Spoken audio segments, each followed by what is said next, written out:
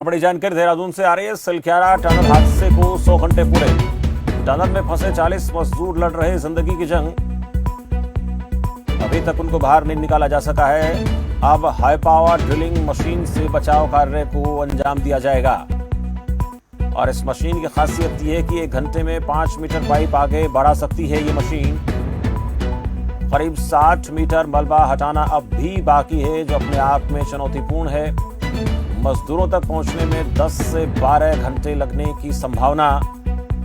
इस प्रकरण पर बीजेपी प्रदेश अध्यक्ष महेंद्र भट्ट ने अपनी बात रखी है। खबर फास्ट उत्तराखंड हमारे ब्यूरो हेड कैलाश जोशी ने उनसे खास बातचीत की है। उत्तराखंड के उत्तरकाशी जनपद में जो टनल हादसा जिसको हम कह सकते हैं, वो लगातार उस पर रेस्क्यू काम जारी है और इस पर अब विपक्ष भी हमलावर सरकार पर होता हुआ नजर आ रहा है। हालांकि 100 घंटे का समय बीत चुका है, लेकिन अभी भी सरकार और जो प्रशासनिक अमले वहां पर रेस्क्यू काम में जुटे हुए हैं, उनकी आशाएं सूर्य की ओर जो है आंखें खोलकर देख रही हैं। हालांकि जिस प्रकार से केंद्र सरकार ने भी वहां पर मदद दी है और आज से एक नई उम्मीद की किरण वहां पर जगती हुई नजर आ रही है और जल्द से जल्द 10 से 12 घंटे के अंदर रेस्क्यू काम को कंप्लीट करने की उम्मीदें वहां पर जताई जा रही हैं। इसी पूरे प्रकरण को लेकर हमारे साथ बात करने के लिए इस वक्त भारतीय जनता पार्टी के प्रदेश अध्यक्ष महेंद्र भट्ट जी मौजूद हैं और आइए उनसे जानते हैं कि सरकार की क्या तैयारियां हैं चुनौतियों से लड़ने के लिए। महेंद्र भट्ट जी, सबसे पहले खबर फास्ट पर आपका बहुत बहुत स्वागत रहेगा। भट्ट साहब, ये बताइए, क्योंकि अब जो उत्तरकाशी का प्रकरण है, टनल प्रकरण, उस पर जो है ना विपक्ष का भी वार होना शुरू हो गया, क्योंकि देखिए 100 घंटे का समय कम नहीं होता है। 100 घंटे से 40 मजदूर जो है वहां पर अंधेरे कुएं के अंदर कैद हैं। आप इसको, आपकी क्या तैयारियां हैं और किस प्रकार से देखा जाए? देखिए, ये राजनीति का विषय बनता भी नहीं है और एक दुखद हादसा मैं कहूँगा, उसको मैं मानता हूँ। और सरकार लगातार पहले दिन से ही किस प्रकार से जो फंसे हुए वहाँ मजदूर हैं उनको निकाला जाए, इस पर प्रयत्नशील है। जो वहाँ के तकनीकी इंजीनियर हैं, जो इस विषय को ज्ञाता है, वो जिस प्रकार के सहयोग की अपेक्षा सरकार से कर रहे हैं, सरकार सहयोग मुहैया करा रही है। कल ही एक ऐसी मशीन जिसके माध्यम से 5 मीटर प्रतिदिन पर घंटे सुरंग बनाई जा सकती है, उस मशीन को भी वहां पहुंचा दिया गया है। हर प्रकार के सहयोग से, चाहे केंद्र सरकार और राज्य सरकार हो, हम उस एक गति के साथ लगे हुए हैं और मुझे पूरा विश्वास है कि बहुत जल्दी वो क्षण आएगा और सारे मजदूर बाहर होंगे। मैं सरकार की माननीय मुख्यमंत्री से मेरी आज प्रातःकाल वार्ता हुई है। मुख्यमंत्री लगातार उस पर अपनी नजरें जमाए हुए हैं। वहाँ के जो प्रशासनिक आयोग को, SDRF, NDRF, सबको उस कार्य में लगाया गया है। तकनीकी परिस्थितियों के जानकार जो होते हैं, उन्हीं के द्वारा ही रास्ते निकाले जाते हैं। और मैं कह सकता हूँ कि जो भी वहाँ के इंजीनियर है, जो तकनीकी विशेषज्ञ हैं, वो जिस चीज की डिमांड कर रहे हैं, सरकार उसको पूर्ण कर रही है। और मुझे पूरी उम्मीद है कि बहुत जल्दी हम उस मजदूरों को निकालने में हम लोग सफल होंगे।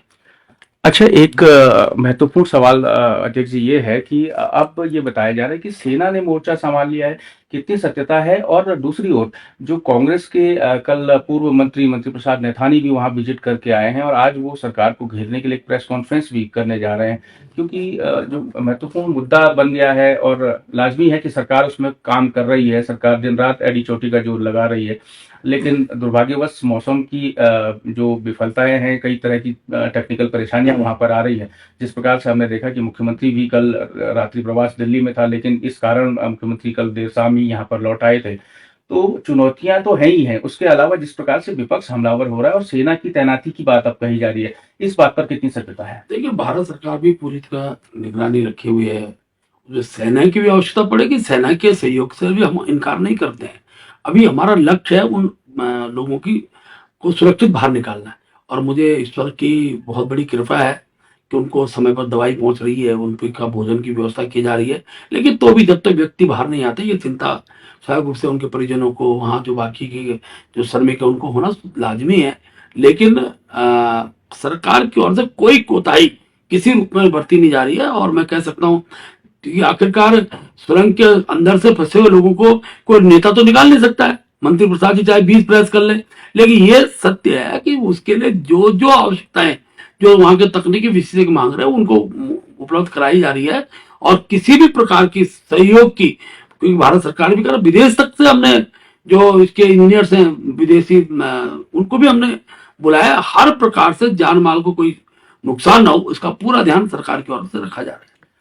एक अंतिम सवाल अध्यक्ष जी आपसे ये है कि जिस प्रकार से मुख्यमंत्री से आपकी वार्ता हुई है और तमाम जो वहाँ के रेस्क्यू के जो अधिकारी हैं उनसे वार्ता हुई है, अब क्या उम्मीद आपको लग रही है कि कितने समय में हम इस रेस्क्यू को अंजाम दे देंगे और इन 40 जिंदगियों को बाहर ले आएंगे? देखिए, मुझे लगता है कि अगर वो पर घंटे 5 मीटर वाला अगर सुरंग का कंसेप्ट ओके हो रहा है, जैसे जानकारी में आया, तो हम बहुत जल्दी उस रात्रि तक, कल प्रातः काल तक सब लोगों को निकालने में सफल होंगे। समय देने के लिए भट्ट साहब बहुत बहुत धन्यवाद। तो ये थे भारतीय जनता पार्टी के उत्तराखंड प्रदेशाध्यक्ष महेंद्र भट्ट जी, जिन्होंने बताया कि जिस प्रकार से रेस्क्यू काम चल रहा है, हालांकि दुर्भाग्यपूर्ण इस घटना को कहा जाएगा, लेकिन जिस प्रकार से सरकार की ओर से तत्परता यहाँ पे दिखाई गई है, तमाम जो एजेंसियां हैं वो वहां पर डेरा डाली हुई है, भारत सरकार का भी सहयोग मिल रहा है। लेकिन आज जो जिस प्रकार से मैंने अभी अपने वक्तव्य में कहा है कि जिस प्रकार से सूर्य की किरणें उजागर होती हैं, उसी प्रकार से आज जो नया जो टेक्निकल इश्यू जो आ रहा था, उसको दूर करने के लिए जो नई मशीनरी का उपयोग यहाँ पर किया जाना है, उससे अब आशाएं बढ़ती हुई नजर आ रही हैं। लेकिन अभी ये देखने वाली बात होगी कि रेस्क्यू कार्य को अंजाम देने में कितना समय लगेगा, यह अभी भविष्य के गर्त में है। अपने सहयोगी राजेंद्र बडोला के साथ में कैलाश जोशी, खबरपास, देहरादून।